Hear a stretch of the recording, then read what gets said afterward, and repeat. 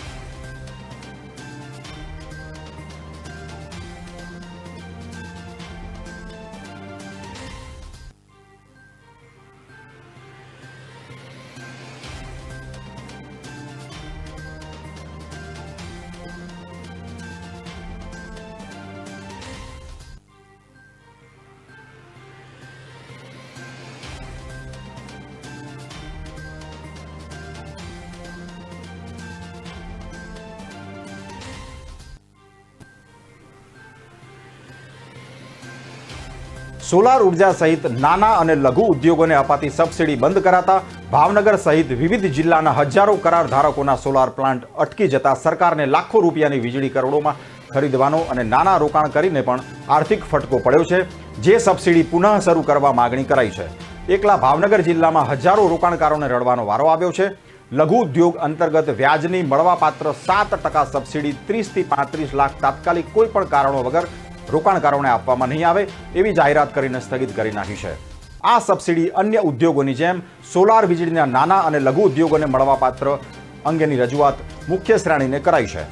છેલ્લા થોડા સમયથી રાજ્યમાં વીજ સંકટ ઊભું થયેલ છે અને પ્રાઇવેટ વીજ ઉત્પાદન કંપનીઓ તેમજ ઓપન એક્સચેન્જ પાસેથી મોંઘા ભાવે ખરીદવી પડે છે. જો SSDSની 2019 હેઠળ થયેલા કરાર અંતર્ગત સબસિડી શરૂ રાખી હોત તો રાજકોટ, અમરેલી, ભાવનગર અને જૂનાગઢમાં 2700 કરાર ધારકો દ્વારા આશરે 1625 મેગાવોટ વીજળીનું ઉત્પાદન શક્ય બન્યું હોત, જે 2.83 પૈસે યુનિટના ભાવે સરકારને મળવાનું ચાલુ થઈ ગયું હતું, જે નહીં થતાં અત્યારે ₹10 થી 20 વચ્ચે ઓપન માર્કેટમાંથી લેવી પડે છે, જે આડકતરી રીતે આર્થિક ભારણ વધવા પામેલ છે અને રાજ્ય સરકારે GSTની આવક પણ ગુમાવવી પડે છે. આવા એક ફેઝમાં 1625 અને રાજ્યભરના 2500 મેગાવોટના પ્લાન્ટ ચાલુ નહીં થતાં ગામડે ગામડે હજારો લોકોએ રોજગારીની તકો ગુમાવવાનો વારો આવ્યો છે. જેથી નવનિયુક્ત મંત્રીઓ જો આ વાતને સમજીને અગાઉના મંત્રીઓને કરેલ સબસિડી નહીં આપવાના નિર્ણયને પાછો ખેંચી નાના અને લઘુ ઉદ્યોગના કરોડોનું બંને પક્ષે ફાયદાકારક નીવડી શકે છે અને સોલાર વીજ ઉત્પાદન શરૂ થઈ શકે છે.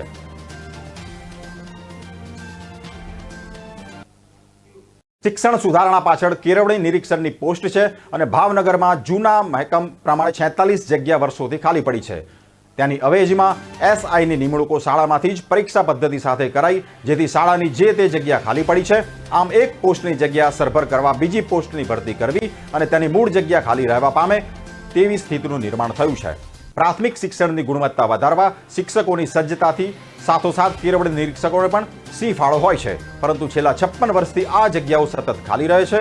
ભાવનગરમાં 46 જેટલી જગ્યા વણ પુરાયેલી રહેવા પામી છે, તો સ્કૂલ નિરીક્ષણ માટે SIની ભરતી લોન બેઝના ધોરણે કરાઈ છે, જેની કામગીરી સમિતિ મર્યાદા રહેલી છે, પણ ફેળવણી નિરીક્ષકો પ્રશ્ન ઠેર ઠેર રહેવા પામ્યો છે. પ્રાથમિક શાળાનું શિક્ષણ કાર્ય તંદુરસ્ત ચાલતું તે ખર્ચાળ નથી, તેનું વહીવટી કાર્ય પણ એટલું જ તંદુરસ્ત ચાલવું જરૂરી છે. શિક્ષકો દ્વારા ઉત્તમ શિક્ષણ અને સારું પરિણામ લાવવા મહેનત કરે છે કે કેમ તેની તપાસ માટે તેમજ જરૂરી કામગીરી માટે કેળવણી નિરીક્ષકોની નિમણૂક થતી હોય છે. ભાવનગર જિલ્લામાં 56 વર્ષથી જૂના મહેકમ પ્રમાણે 46 જેટલી કેળવણી નિરીક્ષકોની જગ્યા ખાલી પડી છે અને તે ભરવાના બદલે ગાંધીનગરથી શાળાનું પરીક્ષણ કરવા સ્કૂલ ઇન્સ્પેક્ટરોની નિમણૂક કરાઈ. ભાવનગરમાં IVSIની 29 જગ્યાઓ જે તે શાળાના આચાર્યો વિષય શિક્ષકોની નિયત પરીક્ષાઓ દ્વારા ભરવામાં આવી, પરંતુ જે તે શાળાની ખાલી જગ્યા અંગેનું તે હજુ પણ પુરાયેલી રહી છે. જે જગ્યાઓ ખાલી પડી ત્યાં શિક્ષણને પણ નુકસાન થઈ રહ્યું છે, તો બીજી તરફ જિલ્લામાં કેળવણી નિરીક્ષણની 46 જગ્યા અંગે પણ જવાબદાર તંત્ર કશું વિચારતું ન હોવાનું જણાવ્યું છે.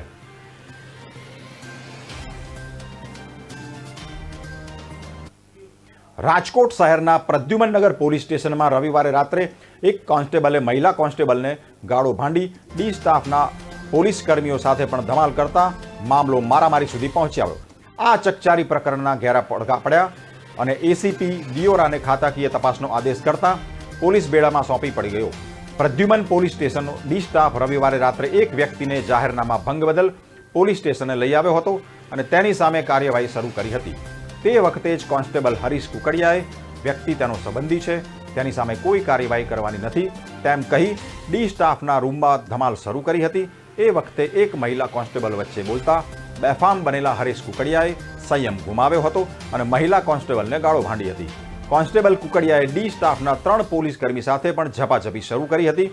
ઝપાઝપી દરમિયાન મામલો વધુ બીસક્યો હતો અને 3 પોલીસમેન કોન્સ્ટેબલ કુકડિયાને ઢસડીને નીચે લઈ આવ્યા અને ત્યાં બંને પક્ષે લાકડીઓ ખેંચાઈ હતી. અંતે અન્ય સ્ટાફે દખલગીરી કરીને મામલો થાળે પાડ્યો હતો. પોલીસ સ્ટેશનની અંદર પોલીસ કર્મચારીઓએ જ બાખડીને કાયદો હાથમાં લેતા તેના ઘેરા પડઘા પડ્યા. આ મામલે ઉચ્ચ કક્ષાએથી એસીપી દિયોરાને ખાતાકીય તપાસના આદેશ કર્યા હતા. એસીપી દિયોરાએ જણાવ્યું હતું કે હરીશ કુકડિયાએ મહિલા કોન્સ્ટેબલને ગાળો ભાંડી ડી સ્ટાફના 3 પોલીસમેન સાથે મારામારી કરી હતી અને 3 પોલીસ કર્મીઓએ પણ વળતો પ્રહાર કર્યાની ઘટના તપાસ જવાબદાર પોલીસ કર્મચારીઓના નિવેદન નોંધવાનું શરૂ કર્યું છે.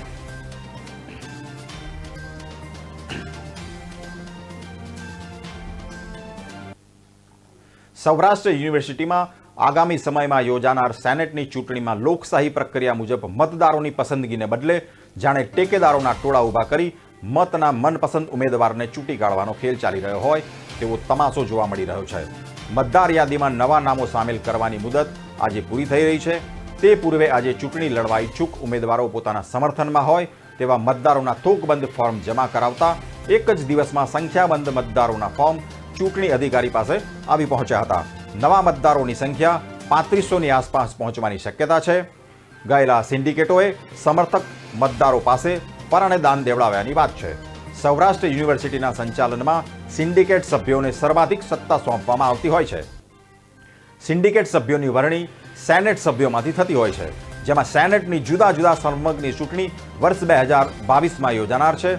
ત્યાં શિક્ષણ વિદ્યા શાખામાં સૌથી વધુ 2275, કોમર્સમાં 163 કોલેજ, ટીચર્સની બેઠક ઉપર 350, હેડમાસ્ટરના ધોરણમાં 150, માધ્યમિક શિક્ષણની કેટેગરીમાં 500 સહિત અંદાજે 2200થી વધુ મતદારોના નામો ઉમેરાયા હતા. બીજી તરફ ભાજપ આ વર્ષનો રિપીટ થિયરી અપનાવે તેઓ ડરથી પેંધી ગયેલા સભ્યો દાતાઓની ડોનર સીટ ઉપર સેનેટ સભ્ય તરીકે ચૂંટાઈ જવા માટે સિન્ડિકેટ સભ્યોએ પોતાના સમર્થક મતદારો પાસે પરાણે દાન દેવડાવ્યું છે. જોકે દાન આપનારા દાતાઓની બેઠક ગ્રાહ્ય રાખવાના બદલે હજુ સિન્ડિકેટમાં કોઈ નિર્ણય લેવામાં આવ્યો નથી. ત્યારે આજે મતદારોના નવા નામો સામેલ કરવાનો છેલ્લો દિવસ હોવાથી ઓફલાઈન અને ઓનલાઈન સ્વીકારાતા ફોર્મને લીધે નવા મતદારોની સંખ્યા 3500ની આસપાસ પહોંચી જાય તેવી શક્યતા સેવાઈ રહી છે. આ સેનેટની ચૂંટણી પૂર્વે ફાઇનલ મતદાર યાદી આગામી 1 જાન્યુઆરી 2022ના જાહેર થશે, પરંતુ સ્વતંત્ર મતદારોને બદલે જાણે સમર્થકો, સગાવાલા અને ટેકેદારોના ફોર્મ ભરાતા લીધે ચૂંટણી પ્રક્રિયા જાણે નબળી પડી ગઈ હોય તેવું લાગી રહ્યું છે.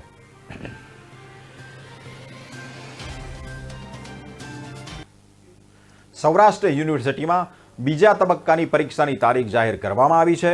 પ્રથમ તબક્કાની પરીક્ષા પૂરી થઈ આગામી 14 ડિસેમ્બરથી બીજા તબક્કાની પરીક્ષા લેવા માટે ટાઈમ ટેબલ જાહેર કરવામાં આવ્યું છે, જેમાં BA, BBA, BCA, BCom semester 3 સહિત 22 પરીક્ષાઓ સમાવેશ થાય છે. સૌરાષ્ટ્ર યુનિવર્સિટી પરીક્ષા વિભાગ દ્વારા બીજા તબક્કાની પરીક્ષાની તારીખ જાહેર કરવામાં આવી છે. આગામી તારીખ 14 ડિસેમ્બરથી 28 ડિસેમ્બર સુધી લેવામાં આવનાર પરીક્ષામાં BA, BBA, BCA, BCom, BEd, BSc semester 3 સહિત 22 પરીક્ષાઓનો સમાવેશ થાય છે. આ ઉપરાંત LLB સેમેસ્ટર 3ની પરીક્ષા 22 ડિસેમ્બરથી 28 ડિસેમ્બર સુધી લેવામાં આવશે. BCom સેમેસ્ટર 3ની પરીક્ષાને બાદ કરતા તમામ 21 પરીક્ષાનો સમય 3થી 5:30 સુધી રાખવામાં આવ્યો છે, જ્યારે BCom સેમેસ્ટર 3ની પરીક્ષા સમય 10:30થી 1 વાગ્યા સુધીનો રાખવામાં આવ્યો છે. ઉલ્લેખનીય છે કે 14 ડિસેમ્બરથી શરૂ થતી પરીક્ષામાં 58,059 વિદ્યાર્થીઓનો સમાવેશ થાય છે, જેમની બેઠક વ્યવસ્થા કોવિડ ગાઈડલાઈન મુજબ કરવામાં આવશે.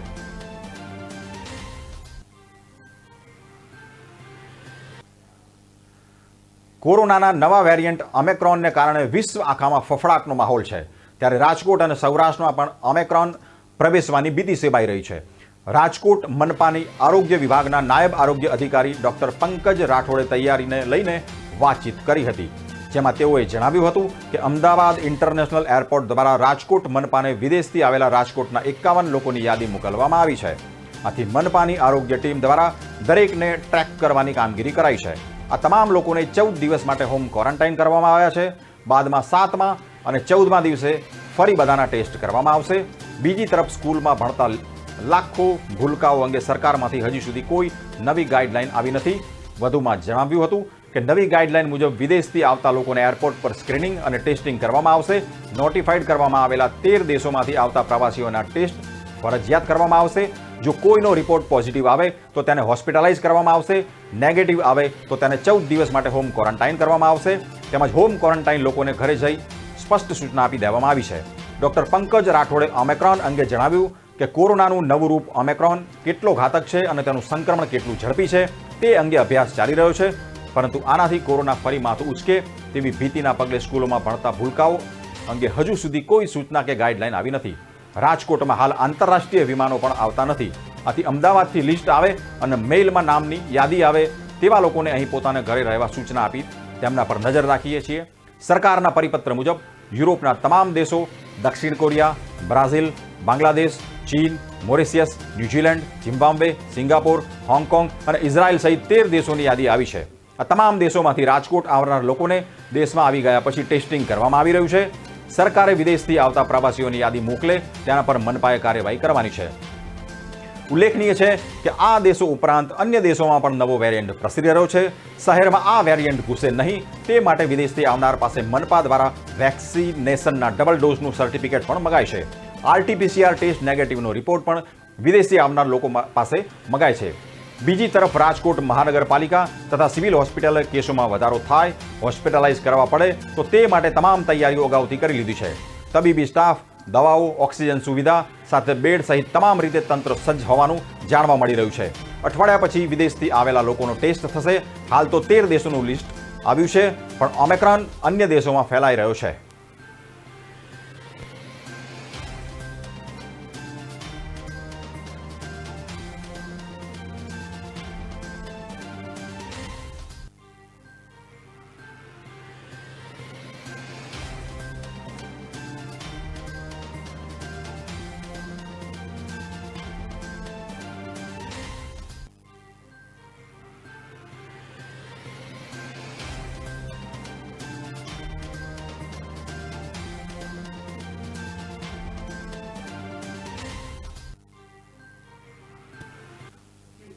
રાજકોટમાં ખેતીની જમીનના વેચાણ, બિનખેતી, ખેડૂત ખરાઈ પ્રમાણપત્ર, ખરી નકલો સહિતના મુદ્દે રેવન્યુ અધિકારીઓએ હેરાન કરી ખેડૂતો પાસેથી મોટી તોડ કરતા હોવાનો આક્ષેપ ખુદ ભાજપના જ પ્રદેશ આગેવાન ચેતન રામાણીએ ગઈકાલે કર્યો હતો. આ મામલે ખેડૂતોને પડતી તકલીફ તાકીદે દૂર કરવા સીએમને પત્ર લખી રજૂઆત કરી હતી, જેને લઈને આજે ચેતન રામાણી આજે ગાંધીનગર દોડી ગયા છે. ચેતન રામાણીને મહેસૂલ મંત્રીનું તેડું એવો સવાલ પણ લોકોમાં ઉઠ્યો છે. ચેતન રામાણી આજે એકાએક ગાંધીનગર દોડી ગયા છે. ગાંધીનગરમાં તેઓ મુખ્યમંત્રી ભૂપેન્દ્ર પટેલ અને મહેસૂલ મંત્રી રાજેન્દ્ર ત્રિવેદીને મળે તેવી શક્યતાઓ સેવાઈ રહી છે. રાજકોટના વહીવટતંત્ર પર નારાજગી દર્શાવનાર ચેતન રામાણીના આક્ષેપોથી નેતાઓમાં આંતરિક ગણગણાટ શરૂ થયો છે. ચેતન રામાણીની મુખ્યમંત્રી અને મહેસૂલ મંત્રીને રજૂઆત બાદ અધિકારીઓ પર પગલાં લેવામાં આવશે કે પછી ચેતન રામાણીને જ ઠપકો મળશે તે આવનારો સમય જ કહેશે. જોકે ચેતન રામાણીના આક્ષેપોને રાજકોટ ગ્રામ્ય પ્રાંત અધિકારી વિરેન્દ્ર દેસાઈએ પાયાવિહોણા ગણાવ્યા હતા. તેઓએ જણાવ્યું હતું કે જમીનના માલિક દિનેશ ઠુંગા હતા, જ્યારે લેનાર વિનોદભાઈ અને જયંતિભાઈ રામાણી છે. 60 વર્ષ જૂના પ્રેમોલગેશનના ખાતેદાર હોવાના પુરાવા રજૂ કરવામાં આવ્યા નથી. પ્રેમોલગેશન નોંધમાં અરજદારના બાપ દાદા વારસાઈથી ખાતેદાર નથી, તે વેચાણથી ખાતેદાર બન્યા છે. સરકારના ઠરાવ મુજબ વારસાઈથી પ્રેમોલગેશનમાં નામ આવે તો જ પ્રમાણપત્ર આપી શકાય. ગુજરાત પ્રદેશ ભાજપના કારોબારી સભ્ય ચેતન રામાણીએ ગઈકાલે મીડિયાને જણાવ્યું કે જ્યારે કોઈ ખેડૂત અન્ય તાલુકામાં ખેતીની જમીન ખરીદ કરે, વેચે ત્યારે ખાતેદાર ખેડૂત હોવાની ઉત્તરોત્તર નોંધણી ડેટા એન્ટ્રી કરવામાં આવે છે, જેમાં માપણીની નોંધ રજૂ કરવા છતાં માપણી પહેલાની કબજાની નોંધ રેવન્યુ અધિકારીઓ દ્વારા માંગવામાં આવે છે અને અલગ અલગ ડોક્યુમેન્ટ્સની માંગ કરી અરજીઓ નામંજૂર કરવામાં આવે છે, જેથી ખેડૂતોએ ઓનલાઈન ફ્રી ₹2000 ભરી હોય તે ગુમાવવી પડે છે અને પ્રમાણપત્ર મળતું નથી. રામાણીએ ખેડૂતોને રેવન્યુ વિભાગ અને અધિકારીઓ દ્વારા અલગ અલગ મુદ્દે કરવામાં આવેલી હેરાનગતિ અંગે રામાણીએ મુખ્યમંત્રી ભૂપેન્દ્રભાઈ પટેલને રજૂઆત કરી ખેડૂતોના પ્રશ્નોનો તાકીદે નિકાલ લાવવા માટે માંગ કરી. ભાજપ જ પ્રદેશ કક્ષાના આગેવાન રામાણીએ રેવન્યુ અધિકારીઓ સામે ભ્રષ્ટાચારનો આક્ષેપ કરતા સામાન્ય અરજદારોએ કેવી મુશ્કેલી પડતી હશે તેવી ચર્ચાઓ લોકોમાં શરૂ થઈ ગઈ હતી.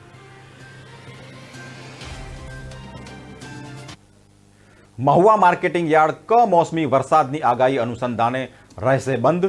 હવામાન વિભાગમાં જણાવ્યા અનુસાર રાજ્યમાં વિવિધ વિસ્તારોમાં 30/11/2021 થી 2/12/2021 દરમિયાન અતિ ભારે ઝડપી પવન ફૂંકાવા ભારે વરસાદની શક્યતા હોય તેવી આજ 30/11/21 મંગળવાર સવારના 10 કલાકથી નવી જાહેરાત ન થાય ત્યાં સુધી કોઈ પણ પ્રકારની જણસીને પ્રવેશ આપવામાં આવશે નહીં.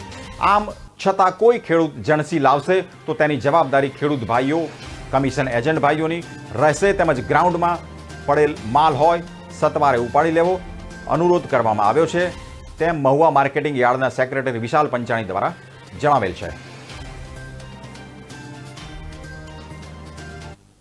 સૌરાષ્ટ્રના પાટનગર રાજકોટમાં આવેલી સિવિલ હોસ્પિટલ ખાતે સૌરાષ્ટ્રભરમાં દર્દીઓ સારવાર માટે આવતા હોય છે. કોરોનાની બીજી ઘાતક લહેર બાદ રાજકોટ વહીવટતંત્ર દ્વારા શહેરના ચૌધરી હાઈસ્કૂલ મેદાન ખાતે 3.5 કરોડના ખર્ચે ઇન્ડો અમેરિકન સિસ્ટમથી 100 બેડની કેપેસિટી ધરાવતી હોસ્પિટલ તૈયાર કરવામાં આવી છે. આ હોસ્પિટલની ખાસિયત એ છે કે મેક શિફ્ટ હોસ્પિટલ સંક્રમિત રોગ વખતે ઉપરાંત અન્ય કોઈ આપત્તિ આવી પડે ત્યારે પણ જરૂરતવાળા એવા કોઈ પણ સ્થળે ખસેડી શકાય છે. ખાસ કરીને ઓમિક્રોનની દહેશત પહેલા આ હોસ્પિટલનું કામ પૂર્ણ કરી આગામી ટૂંક સમયમાં તેને દર્દીઓ માટે ખુલ્લી મૂકવામાં આવશે. કોરોના કાળમાં દર્દીઓને દાખલ કરવાની ક્ષમતા થોડી વધી શકે તે ઉદ્દેશથી અમદાવાદમાં હંગામી હોસ્પિટલ ઊભી કરવામાં આવી હતી. બાદમાં સૌરાષ્ટ્રના પાટનગર રાજકોટમાં પણ આરોગ્યલક્ષી સગવડ પૂરી પાડવા વહીવટતંત્ર દ્વારા મહત્વનો નિર્ણય કરવામાં આવ્યો છે. રાજકોટ સિવિલ હોસ્પિટલને લગોલગ 100 બેડની આ મેક શિફ્ટ હોસ્પિટલ સંક્રમિત રોગ વખતે ઉપરાંત અન્ય કોઈ આપત્તિ આવી પડે તો ત્યારે પણ જરૂરિયાતવાળા એવા કોઈ પણ સ્થળે ખસેડી શકાય એવી છે. પ્રી ફેબ્રિકેટેડ હોવા છતાં તેની ડ્યુરેબિલિટી 2 દાયકા એટલે કે 20 થી 25 વર્ષની હોવાનો પણ દાવો કરવામાં આવી રહ્યો છે. સૌરાષ્ટ્રભરમાંથી કોરોનાની પહેલી અને ખાસ કરીને બીજી લહેર દરમિયાન અનેક દર્દીઓ રાજકોટ આવી રહ્યા હતા અને રાજકોટની હોસ્પિટલમાં બેડ ખૂટી પડ્યા હતા. આથી એકાદ મહિનામાં જ ઊભી થઈ શકે તેવી 100 બેડની હંગામી હોસ્પિટલ માટે અનેક જિલ્લાઓના વહીવટતંત્રને જરૂર પૂછવામાં આવી હતી પણ માત્ર રાજકોટમાંથી જ તૈયારી દાખવવામાં આવતા અમેરિકન ઇન્ડિયા ફાઉન્ડેશન 3.5 કરોડ રૂપિયાના ખર્ચવાળી આ હોસ્પિટલ માટે તમામ સાધન સામગ્રી મોકલી આપી છે.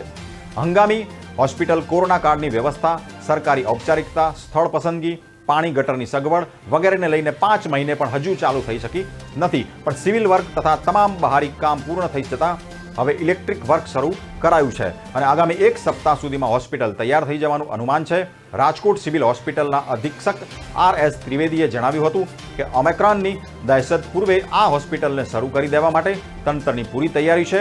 આ હોસ્પિટલમાં વાયરસ સંકુલની બહાર ન પ્રસરે એ માટે નેગેટિવ પ્રેશરવાળી 100 ઓક્સિજન બેડની કેપેસિટી ધરાવતી હોસ્પિટલ કોવિડ માટે અને ખાસ કરીને જો ત્રીજી વેવ આવે તો તેમાં ઉપયોગમાં લેવામાં આવશે. હાલ કામ પૂર્ણતાના આરે છે અને કામ પૂર્ણ થતાં સિવિલ હોસ્પિટલ તંત્રને સોંપવામાં આવશે. ત્યારબાદ તેમાં જરૂરિયાત મુજબ બેડ અને તબીબોની ફાળવણી કરવામાં આવશે. કામ પૂર્ણતાના આરે હોવાથી ડિસેમ્બર મહિનામાં મુખ્યમંત્રી કે અન્ય કોઈ નેતા તેનું ઉદ્ઘાટન કરવામાં આવી શકે તેમ છે. આ માટેની પ્રક્રિયા પણ હાથ ધરવામાં આવી છે. આ સગવડ લોકોને આગામી ટૂંક સમયમાં લાભકારી બનશે. જો કોરોનાની ત્રીજી લહેર આવી પડે તો તેનો ઉપયોગ કોરોનાના દર્દીઓ માટે કરવામાં આવશે. જોકે હાલ કોરોનાના હળવું હોવાની જરૂરિયાત મુજબ ફાળવણી કરવામાં આવશે. શ્રી કષ્ટભંજન દેવના સાનિધ્યમાં ગુજરાતનું સૌથી મોટું ભોજનાલય આકાર લઈ રહ્યું છે. 7 વીઘા જમીનમાં બનતા આ ભોજનાલયમાં એક સાથે 4000 લોકો પ્રસાદ લઈ શકશે. આ ભોજનાલય તૈયાર થતાં શ્રદ્ધાળુઓ પ્રસાદ માટે લાઈનો લગાવવી નહીં પડે.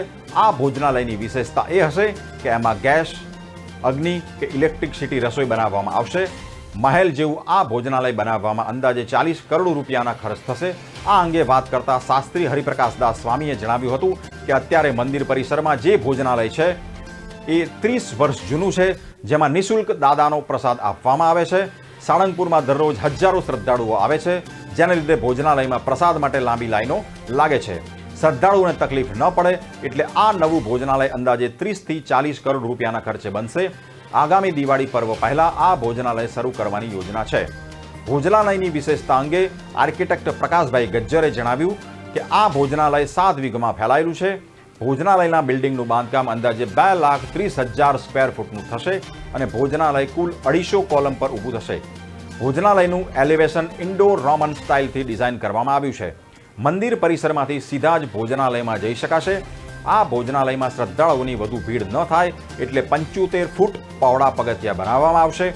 પગથિયાઓની વચ્ચે વૃદ્ધો અને દિવ્યાંગો માટે 2 એસ્કેલેટરની પણ વ્યવસ્થા હશે. ખાસ પ્રકારની ક્વોલિટી વોલ ભોજનાલયનું અંદરનું તાપમાન ઠંડુ રાખશે, એટલે કે બહારથી દિવાલો ગરમ થઈ હશે તો પણ અંદરનું તાપમાન નીચું રહેશે. ભાવનગરના બોગસ બિલિંગ કૌભાંડ કરનાર પેઢીના વ્યવહારો રાજકોટના ઉત્કર્ષ ગ્રુપ સાથે ખુલ્લા હતા. જે અનુસંધાને રાજકોટમાં 19 નવેમ્બરના રોજ રાજકોટ અમદાવાદમાં ઉત્કર્ષ ઇસ્પાત LLP મુખ્ય ભાગીદાર અને બોગસ બિલિંગ કૌભાંડના મુખ્ય સૂત્રધાર નીરજ આર્યસિંહે હિમાંશુ ચંદ્રેશ ચોમલના રાયણાંગ ઓફિસના સ્થળે GSTની ટીમે રાજ્યવ્યાપી દરોડા પાડ્યા હતા. બોગસ બિલિંગ કૌભાંડની તપાસ દરમિયાન નીરજ આર્યને છાતીમાં દુખાવો પડતા તેને ખાનગી હોસ્પિટલમાં દાખલ કરાયા હતા. ત્યાંથી તેઓ સિવિલ હોસ્પિટલમાં વધુ સારવાર માટે દાખલ થયા હતા, જ્યાં ચાલુ સારવારે 27 નવેમ્બરના રોજ તેઓ ફરાર થઈ ગયા હતા અને 29/11ના રોજ સોમવારે નડિયાદ ખાતેની હોસ્પિટલમાં દાખલ થયા હતા. બોગસ બિલિંગ કૌભાંડ કરીને રૂપિયા 31.9 કરોડની ખોટી વેરાસાક લેનાર નીરજ આર્યા વિદેશ ભાગી ન જાય તે માટે GSTની ટીમે તેના વિરુદ્ધ લુક આઉટ સર્ક્યુલર જાહેર કર્યો છે. આ સિવાય રૂપિયા 12.70 કરોડની ફિક્સ ડિપોઝિટ તેમજ પેઢીના સ્ટોક, ફેક્ટરી શેડ અને બિલ્ડિંગ દેવાદારો પ્લાન્ટ તેમજ મશીનરી, બેંક એકાઉન્ટ અને 7 રેસિડેન્શિયલ પ્લોટ કામચલાઉ ટાંચમાં લીધા છે. તપાસ દરમિયાન શંકાસ્પદ સાહિત્ય કબજે લેવામાં આવ્યું છે. ઉત્કર્ષ ગ્રુપના ઇન હાઉસ કન્સલ્ટન્ટ અને ચાર્ટર્ડ એકાઉન્ટન્ટ હિમાંશુ ચંદ્રેશ ચોમલના રહેણાંક સ્થળે પણ દરોડા પાડવામાં આવ્યા હતા. રહેઠાણના સ્થળેથી કેટલાક રોકડ વ્યવહારો પણ મળી આવ્યા હતા. પોતે કરેલી ટેક્સ ચોરી બહાર ન આવે તે માટે અનેક ગંભીર ચેડા કર્યા હતા, જે તપાસ દરમિયાન મળી આવ્યા હતા.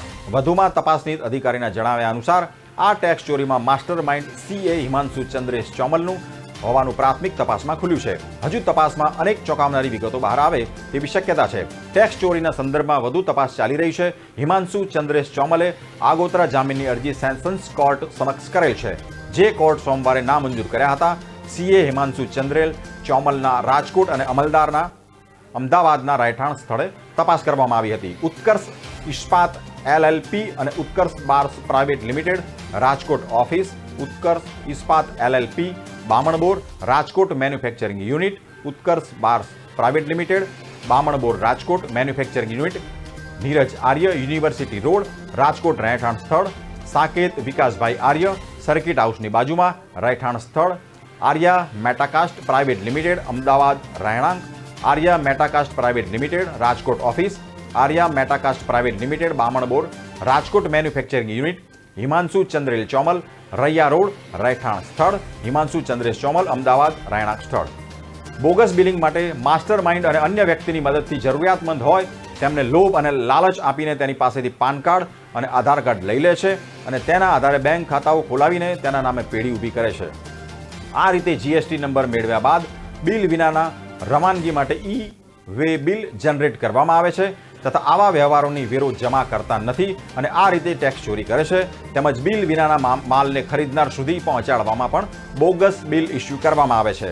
આ રીતે કરેલા વ્યવહારો શ્રોફ પેઢીઓ મારફતે રોકડા ઉપાડી આંગળિયા મારફત કમિશન કાપી પરત કરવામાં આવે છે. અત્યાર સુધી બોગસ બિલિંગ કૌભાંડમાં કુલ 78 શખ્સની ધરપકડ કરી છે અને બોગસ બિલિંગ કૌભાંડ મારફતે મેળવેલા રૂપિયા 300 કરોડથી વધુ વેરા શાખાની વસૂલાત કરી છે.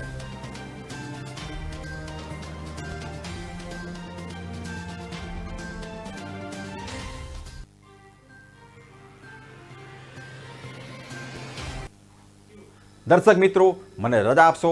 આપ જોઈ રહ્યા હતા કે ન્યૂઝ. જોતા રહો કે ન્યૂઝ.